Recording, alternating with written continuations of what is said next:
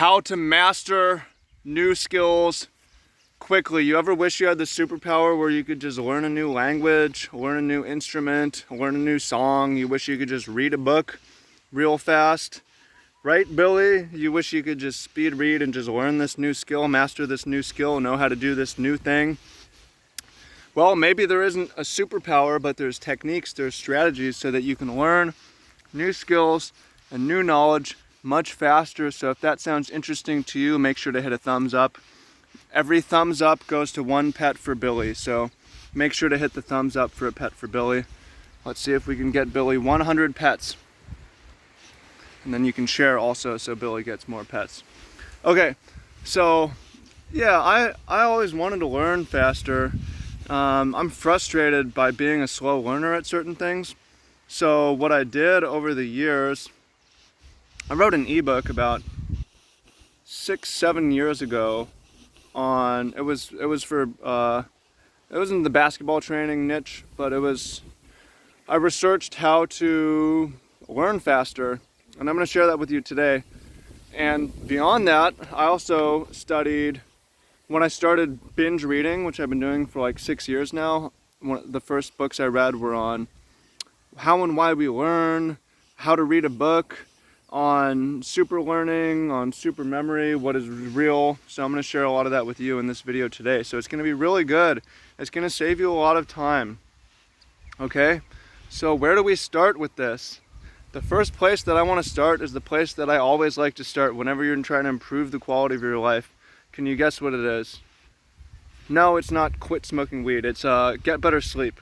So sleep is how we learn, is how we retain. You deprive people of sleep, their short-term memory goes to shit. Their long-term memory turns into total garbo. This is one of the reasons, though, that when you smoke weed, is you start to lose things. Lost my wallet. I can't find my water bottle. Where are my keys? Because you didn't get good sleep. So if you get good sleep, you're going to learn a lot faster, because that's what's happening when you're sleeping, is you're growing and you're learning, you're compiling and coordinating information with what you already know. And you are also, with the imagination of sleeping, is you're coming up with new ideas. So you're gonna not just learn, but create too. So you don't want to just learn. Like, why do we want to learn? It's for creating also. Why do I want to learn a new instrument? So I can play new songs, right? Why do I want to learn a new language? So I can create relationships and conversations. Why do I want to read these books? So that I can absorb the skills. It's not just because I want to know, I want applicable knowledge, right? Right, Billy? Like, we want to know how to do stuff. We want to know how to take care of animals. We want to know how to live the good life, right? So sleep's the first thing. I'm not going to go into detail on how to get better sleep in this video because I do it all the time. But pay attention, reduce the light and temperature in your sleeping environment. Make it cold and dark. It's supposed to be cold and dark when you sleep. That means no cell phones. That means no glowing lights. That means electric tape over everything. That means set your thermostat to 65 degrees. You get cool, shower at night. Okay, better sleep. Now, what else? A combination of things you should know. One is that we learn much better spaced over time than crammed all in at once. This was an edge that I had back in school when you saw people. Do you ever pull all-nighters? I never pulled an all-nighter. It's stupid because you get horrible sleep, so you don't retain it. And it's much better just to study for 5 minutes a day for even the 3 days before the test, and you're going to do better, because spaced learning is much more powerful than cramming. So what I'm saying is, you ever try to learn like a language or try to learn an instrument? Even if you spend 12 hours today, you're not going to get anywhere. That's just the brain. It needs sleep to learn. So you just study a little bit before sleep, and you do that every day, and you do it for weeks or a week, and you're going to get, 5 minutes a day for a week is better than 12 hours today. So whatever you're learning, just do a little bit every day, whatever you can, instead of be like, I binge study on Sundays. Well, if you do that, at least make sure you do it every Sunday for months, but you're going to be much better off just 5 minutes a day every day. Promise that. Now, also doing it closer to sleep is important, not just because, well, one, sleep is important, but we tend to have a recency bias where we remember what happened recently. If I give you a list of things, you're going to remember the last one.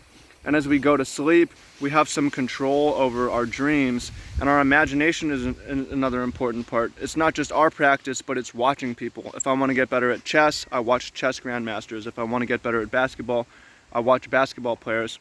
I don't just shoot free throws, I imagine shooting free throws. I don't just, I imagine speaking, coming up with words and so on. So by doing it before sleep, and you're going to remember it as you go to sleep, and it's going to go into your imagination, and it's going to form a really super powerful effect where you master new concepts quickly, you devour new ideas, new disciplines just come in quickly to you. So study a little bit at night is a huge thing. Just being generally curious about learning. Like, I'm sharing a lot of the things, but for you to be curious about how you learn and be curious about the people who become masters and how fast and what they do is important. What else works? Can we get more thumbs up for Billy's? More thumbs up means more pets for Billy's. Shout out to the wind. Woo! R.I.P. headphones. If you think Billy deserves more pets, actually, if you think Billy deserves to be moved to an animal sanctuary, which is in the plans, so he doesn't turn into meat, we're going to save him. Although eat some of the other sheep. Make sure to thumbs up, share this. What else? Watching people, I sort of mentioned it. How can I say that I'm a super learner? What am I really good at? Well, at times was one of the best ranked Magic the Gathering players. I was in the top 10 at times, frequently in the top 100 in the world out of millions of players. And a lot of my preparation for these big tournaments was not me playing, it was watching. I would watch other amazing players play. We'd have these testing houses, we'd get 8 people together in a house 2 weeks before the tournament, and rather than playing, I'd watch other people play. That's how I would learn. That's how I would get better. So,